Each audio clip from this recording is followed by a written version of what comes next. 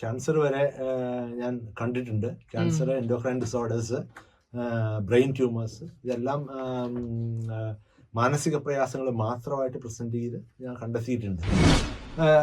ഏതൊരു റിലേഷൻഷിപ്പിലും, particularly husband and wife റിലേഷൻഷിപ്പിലും ഏറ്റവും അധികം ഇമ്പോർട്ടൻ്റ് ആയിട്ടുള്ള ഒരു കാര്യം തന്നെയാണ് സെക്സ് എന്ന് പറയുന്നത്. അത് വളരെ ഇമ്പോർട്ടൻ്റ് ആണ്. പക്ഷെ അത് കൂടാതെ മൂന്നാമത്തെ factor, how a family is determined between the couple, who is the breadwinner and who is the other person. രണ്ടുപേരും ഈക്വൽ കോംപ്രമൈസ്. അതിനകത്ത് ആ ഓർമ്മയില്ലാത്ത അവസ്ഥയിലോട്ട് പോയി അവരുടെ ജീവിതം അവസാനിക്കുന്ന കാണുമ്പോഴത്തേക്കും നമ്മൾ വളരെ സന്തോഷവാനായിട്ട് തുടങ്ങിയ ഒരു ജീവിതം ചിലപ്പോൾ അങ്ങനെ അവസാനിക്കുന്ന കാണുമ്പോഴത്തേക്കും തീർച്ചയായിട്ടും കണ്ണുനീർ പൊടിയാറുണ്ട്. മഹാദേവസുതം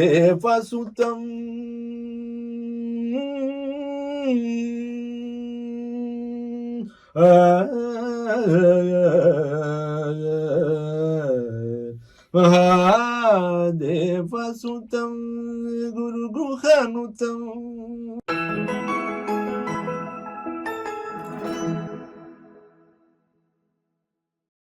നമ്മൾ ഒത്തിരി കാര്യങ്ങൾ, അതായത് ഡിപ്രഷനെ കുറിച്ചും ആങ്സൈറ്റിയെ കുറിച്ചും നമ്മളിവിടെ സംസാരിച്ചു. കൂടാതെ ഡോക്ടർക്ക് എന്നെക്കാളും നന്നായിട്ട് അറിയാം, ഇതൊരു ഓഷ്യനാണ്. ഒത്തിരി കാര്യങ്ങൾ ഇതേക്കുറിച്ച് നമുക്ക് ഡിസ്കസ് ചെയ്യാനുണ്ടാവും. എങ്കിലും നമ്മുടെ കമ്മ്യൂണിറ്റിയിലുള്ള ആൾക്കാരുമായിട്ട് ബന്ധപ്പെടാവുന്ന കുറച്ച് ടോപ്പിക്കാണ് നമ്മൾ ഇന്നിപ്പോൾ ഇവിടെ കവർ ചെയ്യാൻ ഉദ്ദേശിക്കുന്നത്. അത് പറയുമ്പോൾ തന്നെ സൈക്യാട്രിസ്റ്റ് എന്ന് പറയുമ്പോൾ ഞങ്ങളുടെയൊക്കെ മനസ്സിൽ എപ്പോഴും ഈ മൂവീസിൽ കണ്ട പല സൈക്യാട്രിക് ഇഷ്യൂസ് ആണ് ഞങ്ങളുടെ മനസ്സിലോട്ട് ഓടിയെത്തുക. അപ്പോൾ ഡോക്ടർ ഇത്തിരി മുമ്പേ ECT അല്ലെങ്കിൽ നമ്മുടെ നാട്ടിലെ ഷോക്ക് ട്രീറ്റ്മെന്റ് ആണെന്നാണ് ഞാൻ മനസ്സിലാക്കിയത്. ഇതേക്കുറിച്ച് സംസാരിച്ചു. നമ്മുടെ താളവട്ടം സിനിമയില് മോഹൻലാല് ആ ഒരു ട്രീറ്റ്മെന്റിൽ കൂടെ പോകുന്നത് ഇപ്പോഴും വളരെ ഇമോഷണൽ ആയിട്ടാണ് എനിക്ക് ഓർക്കാൻ സാധിക്കുന്നത്. അങ്ങനത്തെ ഒരു ട്രീറ്റ്മെന്റ് ഏത് സാഹചര്യത്തിലായിരിക്കും കൊടുക്കുന്നത്? അത് എത്രത്തോളം ഡോക്ടർ അഡ്വൈസ് ചെയ്യുന്ന ഒരു ട്രീറ്റ്മെന്റ് ആണ്?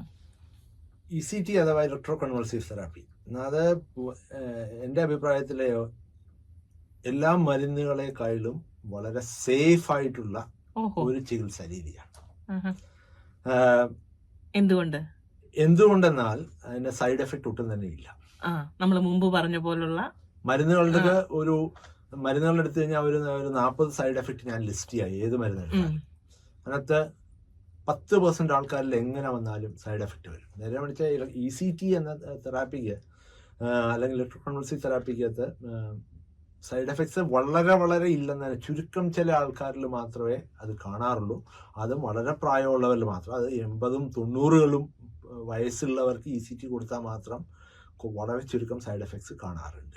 അപ്പൊ അതാണ് ഇപ്പം ഞാൻ ഉദാഹരണമായിട്ട് പറഞ്ഞാല്, എനിക്കൊരു ഡിപ്രഷൻ വന്നു കഴിഞ്ഞാൽ, ഡിപ്രഷൻ വിത്ത് സൂയിസൈഡാലിറ്റിയിലാണ് ഏറ്റവും കൂടുതൽ പ്രയോജനം ചെയ്യുന്നത് ഇലക്ട്രോ കൺവൾസീവ് തെറാപ്പി. ഒരാള് അക്യൂട്ട്ലി ആത്മഹത്യാ പ്രവണത കാണിക്കുന്നവരാണെന്നുണ്ടെങ്കിൽ ഈ ഇലക്ട്രോ കൺവൾസീവ് തെറാപ്പി കൊടുത്തു കഴിഞ്ഞാൽ അത് വളരെയധികം പ്രയോജനം ചെയ്യും. വയലന്റ് ആവുന്ന കേസിലും മെനിക് സ്റ്റേറ്റിൽ കൊടുത്തു കഴിഞ്ഞാൽ അതും 100% റെസ്പോൺസ് ആണ്.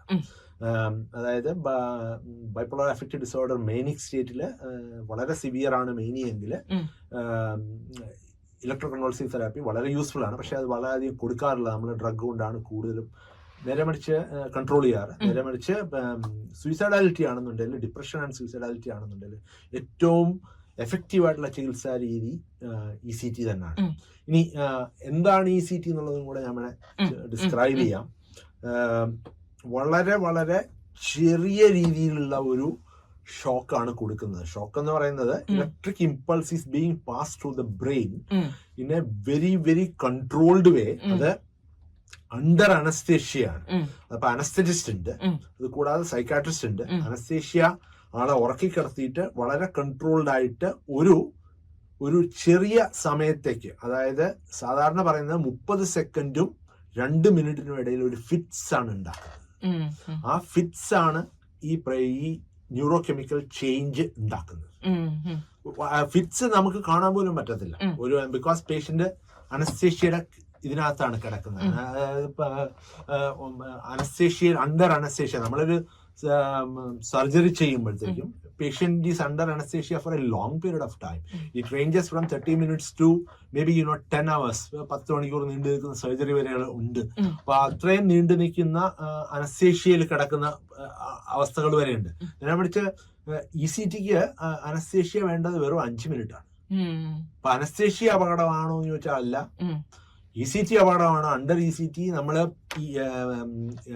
മോണിറ്റേർഡ് ആണ്. ഫിറ്റ്സ് വരുന്നുണ്ടോ എന്നുള്ളത് EG എന്ന് പറയുന്ന ഇലക്ട്രോ എൻസെഫലോഗ്രാം എന്ന രീതിയിൽ നമ്മൾ മോണിറ്റർ ചെയ്തിട്ട് നോക്കിയിട്ടാണ് ഫിറ്റ്സ് ഇത്ര സമയം നിന്നു, അല്ല ഇത്ര സമയം ഫിറ്റ്സ് ഉണ്ട്, അഡിക്വേറ്റ് ഫിറ്റ്സ് ആണോ, അല്ലെങ്കിൽ ഫിറ്റ്സിന്റെ വേണ്ടത്ര സമയം കിട്ടിയോ എന്നുള്ളത് നോക്കുന്നത്. അപ്പൊ അങ്ങനെയാണ് അത്. ആഴ്ചയിൽ 2 തവണ, ആഴ്ചയിൽ 3 തവണ വരെ കൊടുക്കാം. അക്യൂട്ടായിട്ട് എമർജൻസി ആയിട്ട് കൊടുക്കാം. അത് കൊടുക്കുന്ന കണ്ടീഷൻസുകൾ വളരെ ചുരുക്കമാണ്. ഇപ്പം നമ്മൾ വളരെ കൺട്രോൾഡായിട്ട് കൊടുക്കുന്നുള്ളൂ. അതായത് ഡിപ്രഷൻ വിത്ത് സൂയിസൈഡൽ ടെൻഡൻസി. നേരത്തെ പറഞ്ഞ മേനിക് സ്റ്റേറ്റിൽ കൊടുക്കാം, പക്ഷെ വളരെ കൊടുക്കാറില്ല. അല്ലാതെ കൊടുക്കുന്നത് കാറ്ററ്റോണിയ എന്നൊരു സ്റ്റേറ്റ് ഉണ്ട്. അതായത് ഒന്നും നമ്മുടെ ശരീരം ഒന്നും അനക്കാണ്ടിരിക്കുക, അങ്ങനെ വെറുതെ ഇരിക്കുക. ഒരു ഇരിപ്പിരുന്നാൽ അങ്ങനെ തന്നെ മണിക്കൂറുകളോളം ഇരിക്കുന്ന ഒരു അവസ്ഥ വന്നു കഴിഞ്ഞാൽ അത് കാറ്ററ്റോണിയ എന്ന് പറയും. കാറ്ററ്റോണിയ 2-3 കാരണങ്ങളാൽ വരാം. സ്കിസോഫ്രീനിക് കാറ്ററ്റോണിയ ഉണ്ട്, ഡിപ്രസീവ് കാറ്ററ്റോണിയ ഉണ്ട്, വേറെ 2 തരം കൂടെ ഉണ്ട്. അത് ഞാനിവിടെ ഡിസ്ക്രൈബ് ചെയ്യുന്നില്ല, ആൾക്കാർക്ക് കൂടുതൽ പരിചിതമുള്ളത് മാത്രമേ പറയുന്നുള്ളൂ. മോഹൻലാലിന്റെ താളവട്ടത്തിലെ അവസ്ഥയ്ക്ക് സ്കിസോഫ്രീനിയ എന്ന് പറയും. അത് ഡിപ്രഷൻ ആണെന്നുള്ളതാണ് എന്റെ ഓർമ്മ ശരിയാണെന്നുണ്ടെങ്കിൽ. സ്കിസോഫ്രീനിയ ആണെന്നുള്ളത് ഒന്നുകൂടെ പോയി ഞാൻ കണ്ടു നോക്കണം. തീർച്ചയായും അതുകൊണ്ടായിരിക്കാം ECT കൊടുത്തിട്ടുള്ളത്. അതുകൊണ്ടാണ് ECT കൊടുത്തിട്ടുള്ള ഇലക്ട്രോ കൺവൾസ്. പിന്നെ ഒരു സിനിമയുടെ ഒരു ഇതിനു വേണ്ടിയും ECT കൊടുത്തതാകാം. എന്നിരുന്നാലും ഈ 2 കണ്ടീഷനിലാണ് ഇപ്പൊ ECT ഏറ്റവും കൂടുതൽ ഉപയോഗിക്കുന്നത്. ഡിപ്രഷനിൽ സേഫ് ട്രീറ്റ്മെന്റ് ആണ്. ഞാൻ നേരത്തെ പറഞ്ഞ പോലെ എനിക്കൊരു ഡിപ്രഷൻ വന്നാൽ ഞാൻ ECT എന്ന ചികിത്സാ രീതിയെ ചൂസ് ചെയ്യത്തുള്ളൂ. എനിക്കൊരു ചോയ്സ്. അപ്പൊ ഞങ്ങൾക്ക് മനസ്സിലായി ഇതിന്റെ ഒരു സക്സസ് റേറ്റ് എന്തെങ്കിലും പറയാൻ പറ്റുമോ? തീർച്ചയായിട്ടും. ഇപ്പൊ മാനിക് സ്റ്റേറ്റ് എന്ന് നേരത്തെ ചോദിച്ചില്ല, വയലന്റ് ആയിട്ട്. ഞാൻ ചോദിക്കാൻ കാര്യം മോഹൻലാൽ അതിനകത്ത് വയലന്റ് ആവുന്നുണ്ട്, അതുകൊണ്ട് ഞാൻ ചോദിച്ചതാണ്. വയലന്റ് സ്റ്റേറ്റില് മാനിക് സ്റ്റേറ്റിൽ വന്നു കഴിഞ്ഞാൽ 100% സക്സസ് റേറ്റ് ആണ്. ഡിപ്രഷനില് അത്രയും സക്സസ് റേറ്റ് ഇല്ല. എന്നിരുന്നാൽ തന്നെയും സൂയിസൈഡാലിറ്റിയിൽ വളരെ നല്ല സക്സസ് റേറ്റ് ആണ്. മെഡിക്കേഷൻ ട്രീറ്റ്മെന്റ് ആണോ ECT ആണോ ബെറ്റർ എന്ന് ചോദിച്ചാൽ ECTക്കാണ് സക്സസ് റേറ്റ് കൂടുതൽ. ഏകദേശം 75 തൊട്ട് 80% വരെ എന്നുള്ളതാണ് എന്റെ ഓർമ്മ ശരിയാണെന്നുണ്ടെങ്കിൽ പഠനങ്ങൾ സൂചിപ്പിക്കുന്നത് success rate in ECT compared to 50 to 60% drugs or medications. വലിയൊരു അറിവാണ് ഞങ്ങളെ സംബന്ധിച്ചോളം. കാരണം നമുക്ക് ഈ ഷോക്ക് ട്രീറ്റ്മെന്റ് എന്ന് കേൾക്കുമ്പോഴേ പേടിയാകുകയാണ്. പക്ഷെങ്കിൽ സൈഡ് എഫക്ട്സ് കുറവാണ്, സക്സസ് റേറ്റ് കൂടുതലാണ്. തീർച്ചയായിട്ടും. ഈ അൽഷൈമേഴ്സിനെ കുറിച്ച് നമ്മൾ സംസാരിച്ചപ്പോൾ എനിക്ക് ഓർമ്മ വരുവാണ്, നമ്മുടെ പ്രൊഫഷനെ ഇത് ഏതെങ്കിലും രീതിയിൽ ഇൻഫ്ലുവൻസ് ചെയ്യാൻ ചാൻസ് ഉണ്ടോ? കാരണം എൻ്റെ അനുഭവത്തിൽ ഞാൻ കണ്ട 1-2 അൽഷൈമേഴ്സ് ആൾക്കാര് അവരുടെ പ്രൊഫഷനിൽ വളരെ ഷാർപ്പ് മെമ്മറി ഉള്ളവരായിരുന്നു. നമ്മൾ ഫോട്ടോഗ്രാഫിക് മെമ്മറി എന്നൊക്കെ പറയത്തില്ലേ, എന്ന് പറയുന്ന പോലെ മെമ്മറി ഉള്ളവരാണ്. പക്ഷെ പെട്ടെന്നാണ് അവർ ഈ ഒരു സിറ്റുവേഷനിലേക്ക് പോകുന്നത്. നമുക്ക് വളരെ സങ്കടകരമായ ഒരു കാര്യമാണ്. അതിന് എന്തെങ്കിലും ഇൻഫ്ലുവൻസ് ഉണ്ടോ? ആ ഒരു ചോദ്യം വളരെ രസകരമാണ്. 2 രീതിയിൽ ഞാൻ ഉത്തരം പറയാം അതിനെ. പ്രൊഫഷൻ ഉള്ളതും എഡ്യൂക്കേഷൻ കൂടുതലുള്ളതും അൽഷൈമേഴ്സ് വരാണ്ടിരിക്കാനാണ് സഹായിക്കുന്നത്. More the education, less chance of developing Alzheimer's. പക്ഷേ അൽഷൈമേഴ്സ് വന്നു കഴിഞ്ഞാൽ അത് പ്രൊഫഷനെ ബാധിക്കും. ഉദാഹരണമായിട്ട് പറഞ്ഞാൽ ഞാൻ IBMന്റെ ഒരു ചീഫിനെ ഒരിക്കൽ കണ്ടിട്ടുണ്ട്. ആ ഒരു ചീഫിന് കണ്ടുപിടിക്കാൻ സത്യം പറഞ്ഞാൽ വളരെ ബുദ്ധിമുട്ടായിരുന്നു. എനിക്ക് ഒട്ടും തന്നെ അത് ഇവാലുവേറ്റ് ചെയ്തിട്ട്, വർഷങ്ങൾക്ക് മുമ്പുള്ള കഥയാണ്, ഇവാലുവേറ്റ് ചെയ്തിട്ട് because of the higher intelligence and higher positions and higher education വളരെ ഡിഫിക്കൽട്ടായിരുന്നു. അതുകൊണ്ട് വളരെ കോംപ്ലിക്കേറ്റഡ് ആയിട്ടുള്ള ന്യൂറോ സൈക്കോളജിക്കൽ ടെസ്റ്റിംഗ് എന്ന ടെസ്റ്റുകളെല്ലാം ചെയ്തു. ഇത് ചെയ്തു കഴിഞ്ഞിട്ട് പോലും വളരെ സംശയകരമായിരുന്നു. ബ്രെയിൻ ചേഞ്ചസ് ഉണ്ടോ, മേ ബി ഏർലി ചേഞ്ചസ്, എല്ലാം വളരെ ഏർലി ആയിട്ട് തോന്നി. അപ്പം എഡ്യൂക്കേഷൻ ഒരു വളരെ നല്ല പ്രൊട്ടക്റ്റീവ് ഫാക്ടറാണ്. എഡ്യൂക്കേഷൻ മാത്രമല്ല, 1-ൽ കൂടുതൽ ഭാഷ സംസാരിക്കുന്നവർക്കും അത് പ്രൊട്ടക്റ്റീവാണ്. കുറച്ച് ഭാഷ പഠിക്കണം ഇനി. നേരെ മറിച്ച് ഇത് അൽഷൈമേഴ്സ് വന്നു കഴിഞ്ഞാൽ അത് പ്രൊഫഷനെ വളരെ നന്നായിട്ട് ബാധിക്കും. നമുക്ക് ഒരു വിധത്തിലും പ്രൊഫഷൻ മുന്നോട്ട് കൊണ്ടുപോകാൻ പറ്റത്തില്ല. ഏത് പ്രൊഫഷൻ ആണെങ്കിൽ പോലും അത് മുന്നോട്ട് കൊണ്ടുപോകാൻ പറ്റത്തില്ല. അൺഫോർച്ചുനേറ്റ്ലി അത് നിർത്താൻ പറയേണ്ട ഒരു ഒരു അവസ്ഥയിലാണ് പലപ്പോഴും ഞാൻ എത്താറുള്ളത്. അത് വളരെ ബുദ്ധിമുട്ടുള്ള കാര്യമാണ്. ഇപ്പം നമ്മുടെ നാട്ടിൽ അല്ലെങ്കിൽ മലയാളികളുടെ ഇടയിൽ ഒരു മെന്റൽ ഡിസീസ് അല്ലെങ്കിൽ മെന്റൽ ഡിസോർഡർ എന്ന് പറയുമ്പോൾ നമ്മൾ ഒരു ഭ്രാന്ത് എന്ന് ആണ് നമ്മുടെ മനസ്സിലേക്ക് ആദ്യം ഓടിയെത്തുക. ഇപ്പം തനിയാവർത്തനം എന്ന് പറയുന്ന സിനിമയിലാണെങ്കിൽ തന്നെ അതിനകത്ത് പറയുന്ന ഒരു കാര്യം പാരമ്പര്യമായിട്ട് കിട്ടുന്ന ഒരു അസുഖമായിട്ട് പറയാറുണ്ട്. ഈ പറഞ്ഞ അസുഖത്തിനോ ഈ പറഞ്ഞ അസുഖങ്ങൾക്കോ അല്ലെങ്കിൽ മാനസികമായ അസുഖങ്ങൾക്ക് എത്രത്തോളം ഹെറിഡിറ്ററി ഇതിനകത്ത് ഒരു ഫാക്ടറാണ്? ഈ പറഞ്ഞ എല്ലാ അസുഖങ്ങൾക്കും തന്നെ ഹെറിഡിറ്ററി ഒരു ഫാക്ടറാണ്. 25% ആണ് ഏകദേശം എല്ലാത്തിനും. എന്നിട്ട് 2 രീതിയിൽ പറയുന്നത് ഹെറിഡിറ്ററി 1 in 4 കേസസ്, പർട്ടിക്കുലർലി ഭ്രാന്ത് എന്ന് പറയപ്പെടുന്ന സ്കിസോഫ്രീനിയ, അഥവാ ഭ്രാന്ത്, അത് ഒരുപാട് കേസുകൾ, ഒരു 4-1 കേസ് വരെയൊക്കെ ജനറ്റിക്കലി ഡിറ്റർമിൻഡ് ആണ്. അതുപോലെ തന്നെയാണ് ബൈപ്പോളാറിന്റെയും അവസ്ഥ. പിന്നെ അൽസൈമേഴ്സ് ഡിസീസ് എടുത്താലും അതെ, ഡിപ്രഷൻ എടുത്താലും അതെ, ആങ്സൈറ്റി എടുത്താലും അതെ. അതിനകത്ത് പറയാനുള്ളത് ഹെറിറ്റബിലിറ്റി എന്ന് പറയുന്നത് ഒരു എന്തുമാത്രം ഒരാളിന് ഇങ്ങോട്ട് വരും, നമ്മുടെ പേരൻസിൽ നിന്ന് നമുക്ക് എന്തുമാത്രം വരും എന്നുള്ളത് വേരി ചെയ്യാറുണ്ട്, വളരെയധികം വേരി ചെയ്യാറുണ്ട്. അതിനെയാണ് ഹെറിറ്റബിലിറ്റി ഫാക്ടർ എന്ന് പറയുന്നത്. അത് ഓരോ അസുഖങ്ങൾക്കും വ്യത്യസ്തമായിട്ടാണ് ഹെറിറ്റബിലിറ്റി ഫാക്ടർ കാണുന്നത്. അത് ഹെറിഡിറ്റി ആയിട്ട് സ്വല്പ വ്യത്യാസമുണ്ട്. അത് റിസർച്ചേഴ്സിന്റെ ഒരു മേഖലയാണ്. അപ്പൊ അതിനകത്തോട്ട് ഞാൻ കടക്കുന്നില്ല. അപ്പൊ എന്നിരുന്നാലും ഈ ഒരു കാര്യം കൂടെ ഞാൻ പറയാൻ ആഗ്രഹിക്കുന്നു. ഏതൊരു സ്വഭാവം എടുത്താലും ഒരു പരിധി വരെ അത് ഹെറിഡിറ്ററിയാണ്. എല്ലാ സ്വഭാവങ്ങളും, ചെറിയ ചെറിയ കൊച്ചു സ്വഭാവങ്ങൾ നമ്മൾ വളരെ കൃത്യമായിട്ട് അന്വേഷിച്ച് നോക്കിയാൽ നമ്മുടെ പേരൻസിനോ അല്ലെ നമ്മുടെ കുട്ടികളിലോ അത് കാണാൻ പറ്റും. അപ്പൊ അത് നിങ്ങൾ സൂക്ഷ്മമായിട്ട് നിരീക്ഷണം നടത്തി കഴിഞ്ഞാൽ തീർച്ചയായിട്ടും അത് കിട്ടും. അപ്പൊ അതുകൊണ്ട് more behaviour, so any mental disorders for that matter is to a certain extent hereditary plays a part. അതിനോട് കൂട്ടിച്ചേർത്ത് ഞാൻ ചോദിക്കുന്നു, നമ്മൾ പറയുന്നു ഈ പറയുന്ന അസുഖങ്ങൾക്ക് ഹെറിഡിറ്ററി 25% ഇൻഫ്ലുവൻസ് ഉണ്ട്, അല്ലെങ്കിൽ ഏകദേശം. നമ്മളിപ്പോൾ ഇവിടെ മലയാളികൾ ന്യൂസിലൻഡിൽ താമസിക്കുന്നു. ഹെറിഡിറ്ററി കൂടാതെ തന്നെ സർക്കംസ്റ്റൻസസ്, നമ്മളൊരു ടോട്ടലി ഡിഫറെന്റ് സർക്കംസ്റ്റൻസിലോട്ടാണ് നമ്മൾ വന്നിരിക്കുന്നത്. എന്താ പറയുന്നത്, ഇരുളും വെളിച്ചവും പോലുള്ളൊരു വ്യത്യാസമുണ്ട് കൾച്ചറലി പല രീതിയിൽ. അത് എത്രത്തോളം നമ്മുടെ മെന്റൽ ഹെൽത്തിനെ ബാധിക്കുന്നു? അത് വളരെ നല്ലൊരു ചോദ്യമാണ്. തീർച്ചയായിട്ടും അത് ഒരുപാട് ആൾക്കാര് തീരെ ശ്രദ്ധ കൊടുക്കാത്ത ഒരു മേഖലയാണ്. ഇമിഗ്രേഷൻ അഥവാ ഇമിഗ്രേഷൻ അത് നമ്മുടെ മാനസികാവസ്ഥ ഒരുപാട് അഫക്റ്റ് ചെയ്യുന്നൊരു കാര്യമാണ്. അഫക്റ്റ് ചെയ്യാന്ന് പറഞ്ഞാൽ നമ്മളൊരു പുതിയ കൾച്ചറിലോട്ടാണ് വരുന്നത്, നമുക്കറിയാൻ പാടില്ലാത്ത സ്ഥലമാണ് നമ്മൾ. ഇതെല്ലാം വരുമ്പോഴത്തേക്ക് ഒരുപാട് മാനസികമായിട്ടുള്ള വ്യത്യാസങ്ങൾ, നമുക്കൊരു പേടി ഉണ്ടാകാം, എങ്ങനെയാണ് മുന്നോട്ട് പോകുന്നതെന്നൊരു അവസ്ഥ ഉണ്ടാകാം, അൺസർട്ടനിറ്റി ഉണ്ട്, സപ്പോർട്ട് സിസ്റ്റം ഇല്ല. നമ്മള് വീട്ടിലൊക്കെ താമസിക്കുമ്പോൾ നമ്മൾ ആലോചിക്കുമോ, ഇത് വളരെ സിമ്പിൾ അല്ലേ, അച്ഛനും അമ്മ എന്ത് ചെയ്യുന്നു, അല്ലെങ്കിൽ മക്കൾക്ക് എന്താ പ്രശ്നം എന്നുള്ളത് നമ്മൾ നോക്കാറുണ്ട്. നമ്മുടെ ആ presence of a person itself is very protective. That uncertainty factor is taken away.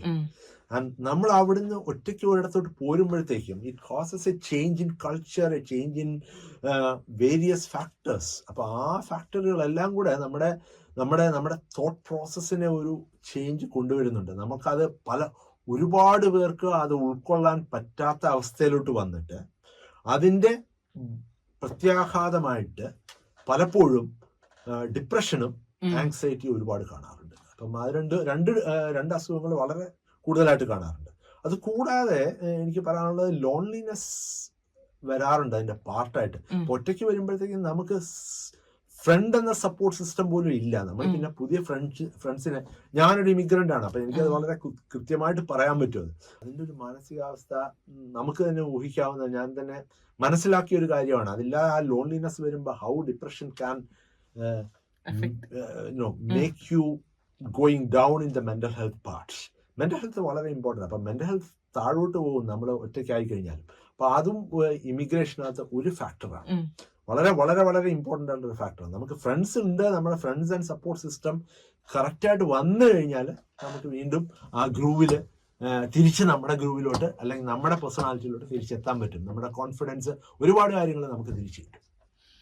നല്ലൊരു മെസ്സേജാണ് നമുക്ക് ശ്രോതാക്കൾക്ക് കൊടുക്കാൻ പറ്റുന്നത്. അതുപോലെ തന്നെ ഒരു വളരെ ചലഞ്ചിങ് ആയിട്ട് പലരും ഷെയർ ചെയ്തിട്ടുള്ളൊരു പോയിന്റാണ് കുട്ടികളെ വളർത്തുന്ന പാരന്റിങ്. അഗെയിൻ അത് വേറെ തന്നെ ഒരു ടോപ്പിക്കാണ്. എങ്കിലും എനിക്ക് ഡോക്ടറോട് ഒരു ചോദ്യം ചോദിക്കാനുള്ളത്, ഒരു പാരന്റ് എന്നുള്ള നിലയ്ക്ക് നമ്മളുടെ എക്സ്പെക്ടേഷൻസ് എങ്ങനെ സെറ്റ് ചെയ്യണം കുട്ടികള്? കാരണം നമ്മുടെ വാല്യൂസും ട്രഡീഷനും കൾച്ചറും ഇവിടെ നമ്മുടെ കുട്ടികൾ ഫോളോ ചെയ്യണം എന്ന് നമ്മൾ നിർബന്ധം പിടിക്കുമ്പോഴാണ് ഇവിടെ ഫ്രിക്ഷൻ വരുന്നത്. അവർ ചെറുപ്പത്തിൽ കണ്ടിട്ടില്ല, നമ്മൾ ചെറുപ്പത്തിൽ കണ്ട കുറച്ച് വാല്യൂസ് ആണ്. അങ്ങനത്തെ കേസുകൾ ഡോക്ടർ എങ്ങനെയാണ് ഡീൽ ചെയ്യാറ്? തീർച്ചയായിട്ടും അവിടെ നമ്മൾ വളരെ ഓപ്പൺ മൈൻഡഡ് ആയിരിക്കണം. അല്ലെങ്കിൽ നമ്മൾ ഇമിഗ്രേഷൻ ചെയ്യുമ്പോൾ തന്നെ ആ ഒരു കാര്യത്തിൽ വളരെ ഓപ്പൺ മൈൻഡഡ് ആയിരുന്നേ പറ്റൂ. നമ്മൾ വേറൊരു രാജ്യത്തോട്ട് പോവുകയാണ്. നമ്മുടെ നാട്ടിലൊരു ചൊല്ലുണ്ട്, നാടോടുമ്പോൾ നടുവേ ഓടണം, അല്ലെങ്കിൽ ചേര തിന്നുന്ന നാട്ടിൽ ചെന്ന.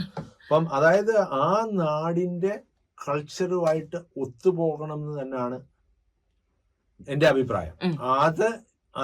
അതായത് ഇപ്പം ആ നാടിന്റെ കൾച്ചർ എന്തുവാണ്, ആ നാടിന്റെ ബിഹേവിയർ എന്തുവാണ് എന്ന് അതനുസരിച്ച് നമ്മൾ മുന്നോട്ട് പോയില്ലെങ്കിൽ നമ്മുടെ കുട്ടികളുടെ ജീവിതവും ബുദ്ധിമുട്ടാവും, നമുക്കുണ്ടാകുന്ന മാനസിക ആഘാതവും വളരെ ബുദ്ധിമുട്ടുള്ളതായി. അപ്പൊ നമ്മള് ആ കുട്ടി മുതിർന്നതായി കഴിഞ്ഞാൽ നമ്മള് കൂടുതൽ കൺട്രോളിന് പോകാതെ അതിനെ അംഗീകരിക്കുകയാണ് വേണ്ടത്. അപ്പം നമ്മള് ഒന്ന് കൾച്ചറിനെ അംഗീകരിക്കുക.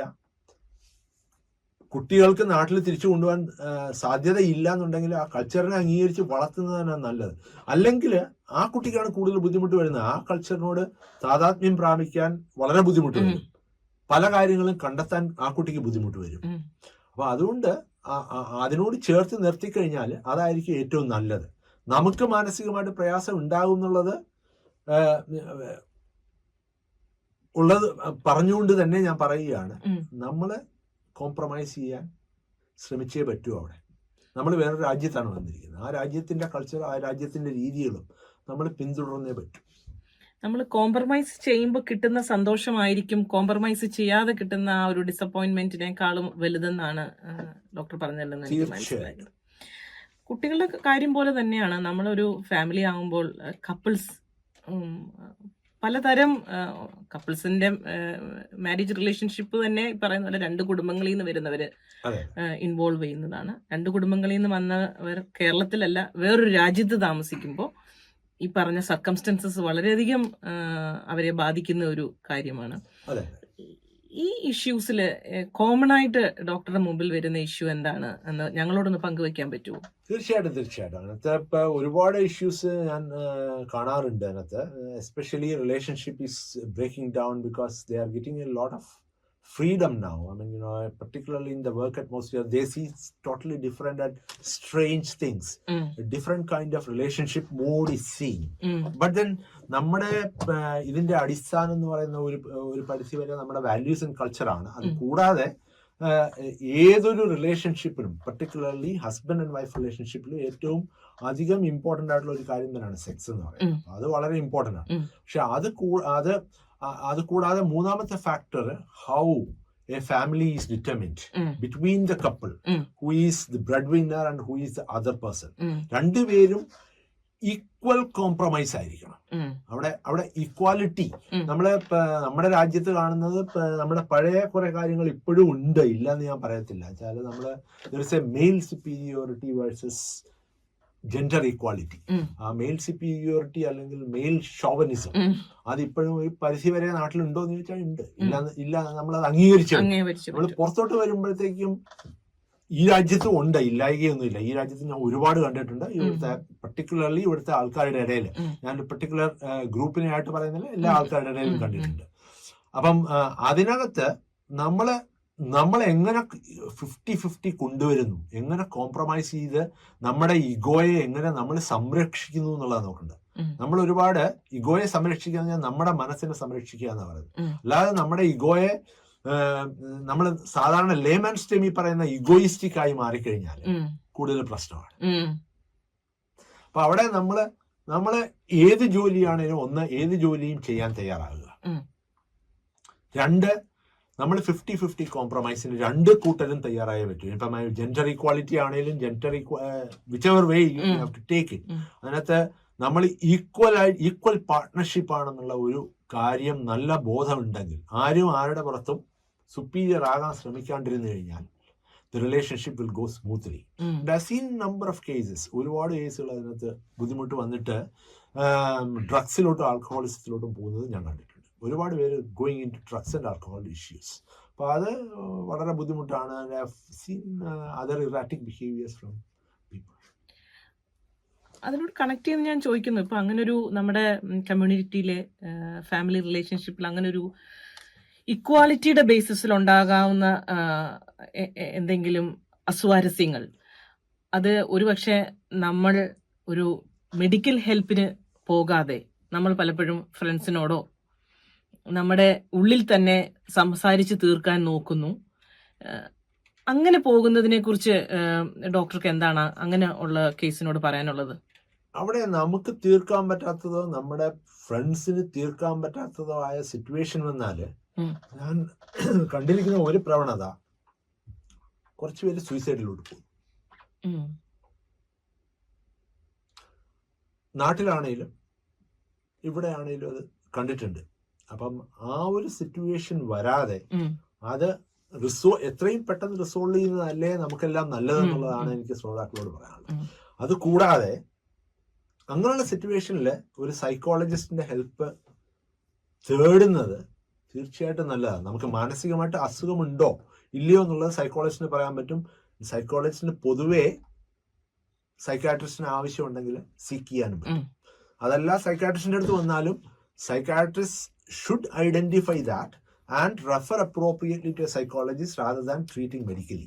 അല്ല അവിടെ ഡ്രഗ് കൊടുക്കാതെ ചികിത്സിക്കുക എന്നുള്ളതിനേക്കാളും വളരെ ഇമ്പോർട്ടൻ്റ് ആയിട്ടുള്ള കാര്യം അത് മുന്നോട്ട് കൊണ്ടുപോകുക എന്നുള്ളതാണ്. അത് സൈക്കോളജിസ്റ്റിന്റെ അഡ്വൈസ് സീക്ക് ചെയ്തുകൊണ്ട് നമുക്ക് ഉടനെ നമ്മൾ മാനസിക വിഭ്രാന്തി ഉള്ളവരായി മാറുന്നു എന്നൊരു ഒരു പൊതുവായ ധാരണയുണ്ട് ആൾക്കാരുടെ ഇടയിൽ, അല്ലെങ്കിൽ നമ്മുടെ സമൂഹത്തിന്റെ ഇടയിൽ. അത് മാറ്റണം എന്നാണ് എനിക്ക് എല്ലാവരോടും പറയാനുള്ളത്. തീർച്ചയായിട്ടും. പൊതുവെ നമ്മൾ സാധാരണക്കാർ തമാശ പോലെ പറയാറുണ്ട്, സൈക്യാട്രിസ്റ്റ് ഡോക്ടറെ കണ്ടോ എന്നാ എന്തോ മാനസികാസുഖം ഉണ്ട്. ആ ഒരു ടാബു വേണ്ട എന്നാണ് ഡോക്ടറുടെ ഇത്രയും നേരത്തെ സംസാരത്തിൽ നിന്ന് മനസ്സിലാവുന്നത്. തീർച്ചയായിട്ടും സൈക്യാട്രിസ്റ്റ് മറ്റൊരു ഡോക്ടർ മാത്രമാണ്. അവർക്ക് അസുഖങ്ങൾ എന്തെങ്കിലും ഉണ്ടെങ്കിൽ അത് മാനസികമായിട്ടാണേലും ഫിസിക്കലായിട്ടാണേലും കണ്ടെത്താൻ പറ്റും. അങ്ങനത്തെ physical illness presenting as mental health problem, cancer വരെ ഞാൻ കണ്ടിട്ടുണ്ട്. Cancer, endocrine disorders, brain tumours, ഇതെല്ലാം മാനസിക പ്രയാസങ്ങൾ മാത്രമായിട്ട് പ്രസന്റ് ചെയ്ത് ഞാൻ കണ്ടെത്തിയിട്ടുണ്ട്. അപ്പൊ അത് തീർച്ചയായിട്ടും അതാണ് മനസ്സിലാക്കേണ്ട ഒരു കാര്യം.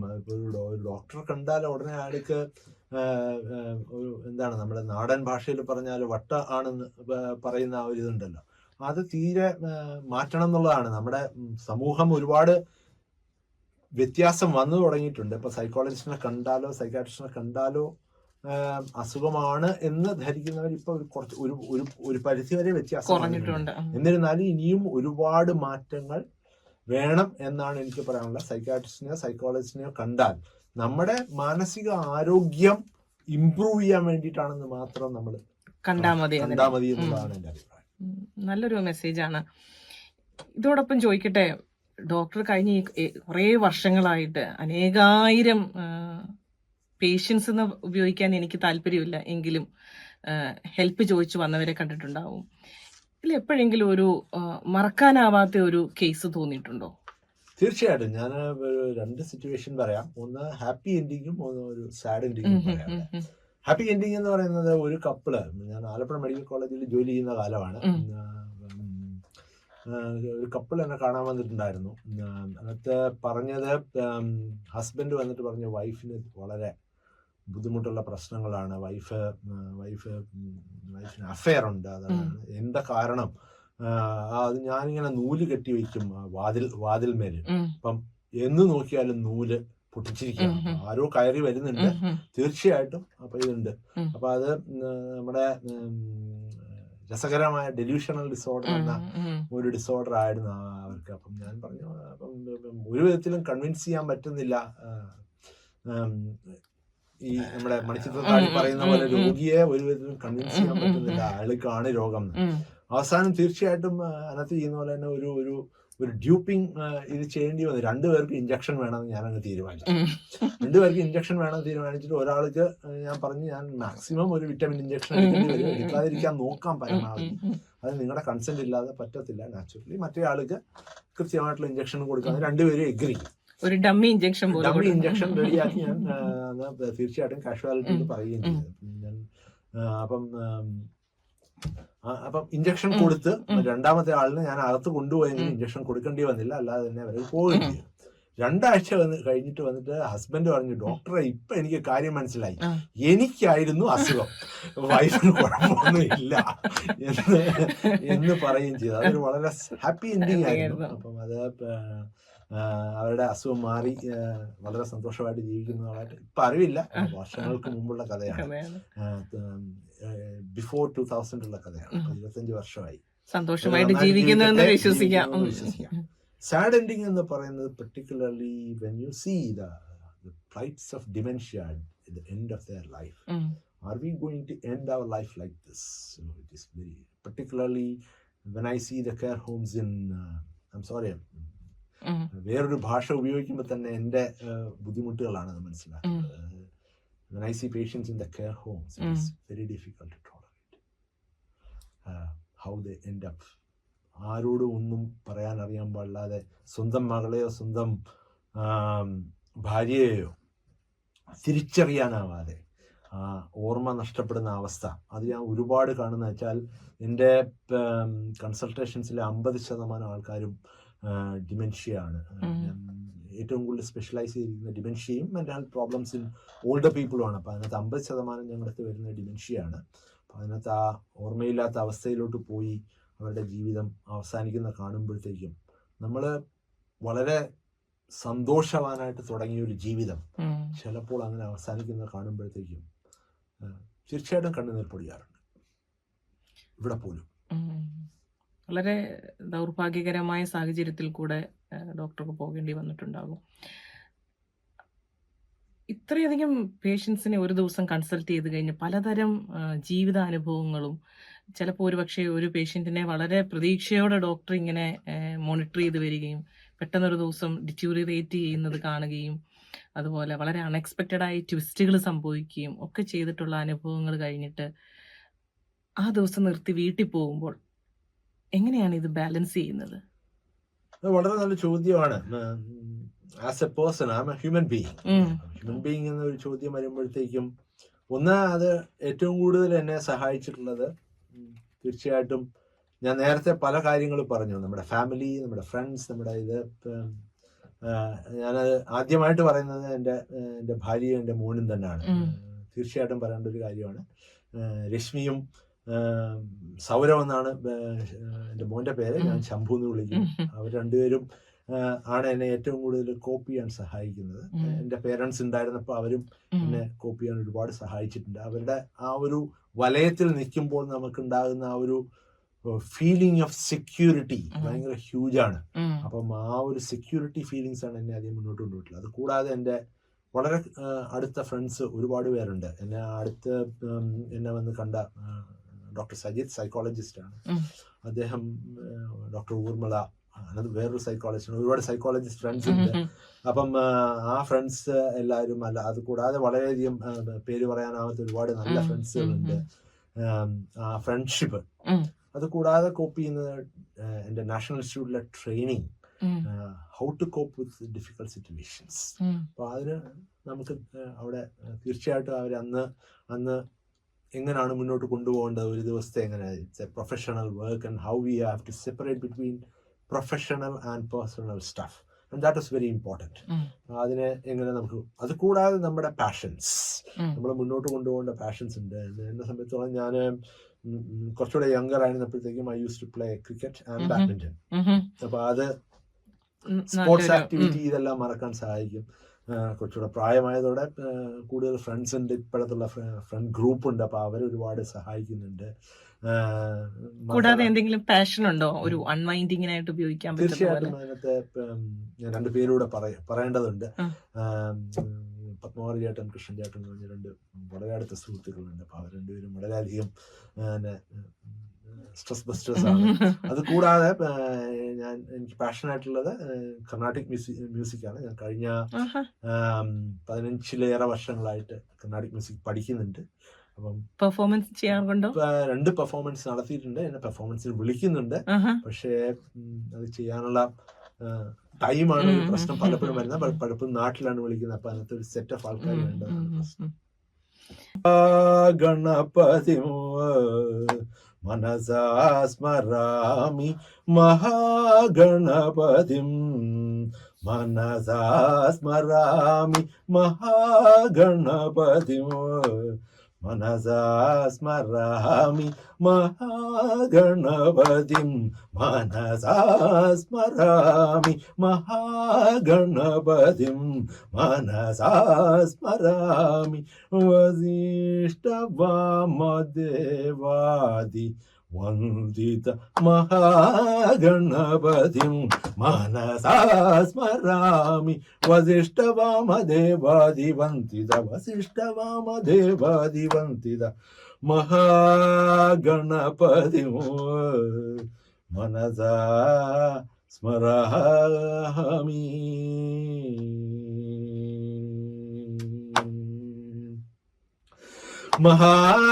മഹാദേവസുതം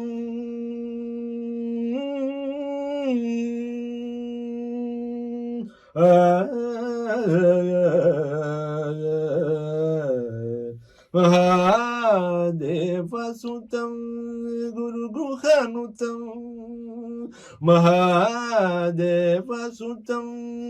ഗുരുഗുഹനുതം മാരകോട്ടി പ്രകാശം ശാന്തം മഹാദേവസുതം ഗുരുഗുഹനുതം മാരകോട്ടി പ്രകാശം ശാന്തം മഹാകാവ്യനാടകാദിപ്രിയം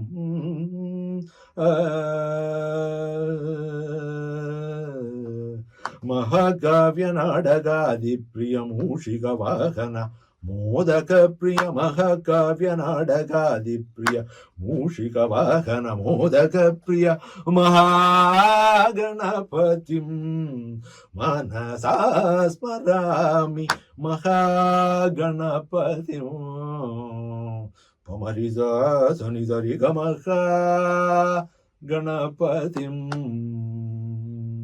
മരിസനി പരിസനി പമദനി പമരി സനിസരി ഗമഹ ഗണപതിം